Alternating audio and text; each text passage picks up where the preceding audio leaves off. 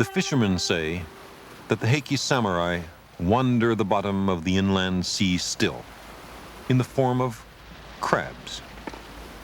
There are crabs to be found here which have curious markings on their backs, patterns which resemble a human face with the aggressive scowl of a samurai warrior from medieval Japan.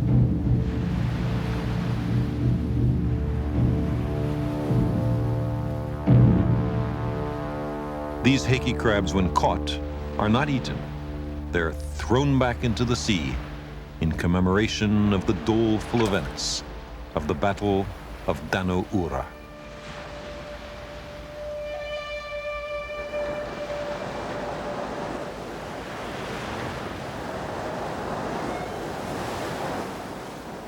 This legend raises a lovely problem. How does it come about that the face of a warrior is cut on the carapace of a Japanese crab? How could it be? The answer seems to be that humans made this face. But how? Like many other features, the patterns on the back or carapace of this crab are inherited. But among crabs, as among humans, there are many different hereditary lines. Now, suppose purely by chance, among the distant ancestors of this crab, there came to be one which looked just a little bit like a human face.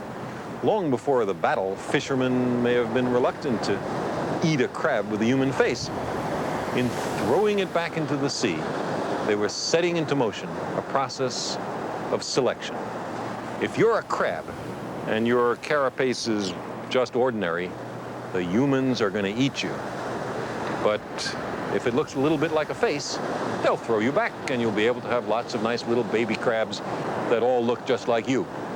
As many generations passed of crabs and fisher folk alike, the crabs with patterns that look most like a samurai face preferentially survived.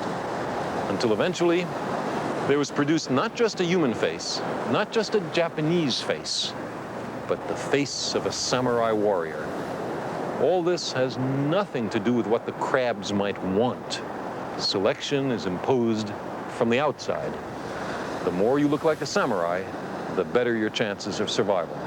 Eventually, there are a lot of crabs that look like samurai warriors.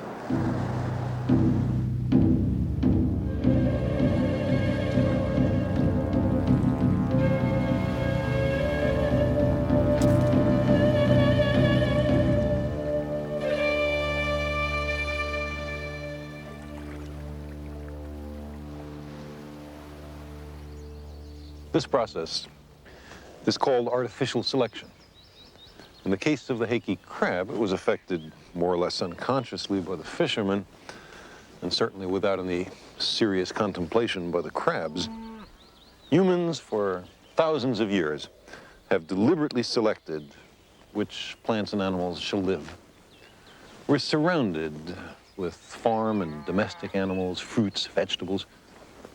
Where did they come from? Were they once free living in their present form in the wild and then induced to adopt some less strenuous life on the farm? No.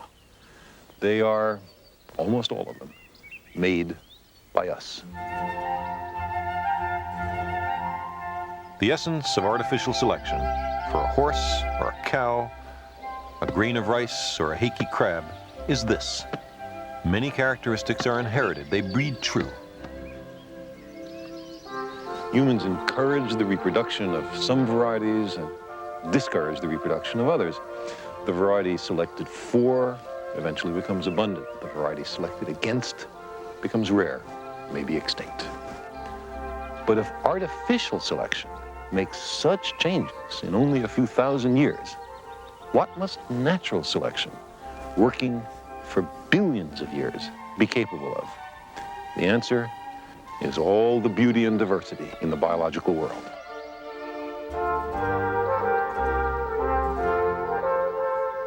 That life evolved over the ages is clear from the changes we've made in the beasts and vegetables, but also from the record in the rocks.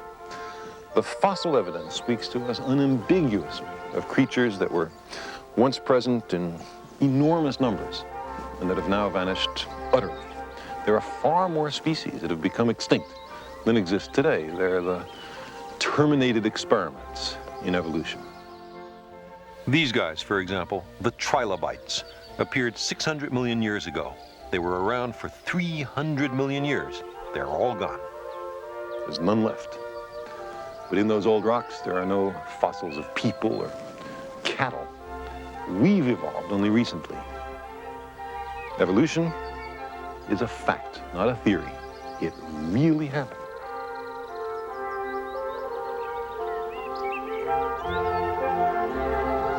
That the mechanism of evolution is natural selection was the great discovery of Charles Darwin and Alfred Russel Wallace. Here's how it works. Nature is prolific. There are many more creatures that are born than can possibly survive. So those varieties, which are by accident less well adapted, don't survive, or at least they leave fewer offspring. Now, mutations, sudden changes in heredity, are passed on. They breed true. The environment selects those occasional mutations which enhance survival. And the resulting series of slow changes in the nature of living beings is the origin of new species. Well, many people were scandalized by the ideas of evolution and natural selection. Our ancestors looked at the intricacy and beauty of life and saw evidence for a great designer. The simplest organism is a far more complex machine than the finest pocket watch. And yet, pocket watches don't spontaneously self-assemble or evolve in slow stages on their own from, say, grandfather clocks. A watch implies a watchmaker. So there seemed to be no way in which atoms could spontaneously fall together and create, say, a dandelion. The idea of a designer is an appealing and altogether human explanation of the biological world. But as Darwin and Wallace showed, there's another way, equally human and far more compelling.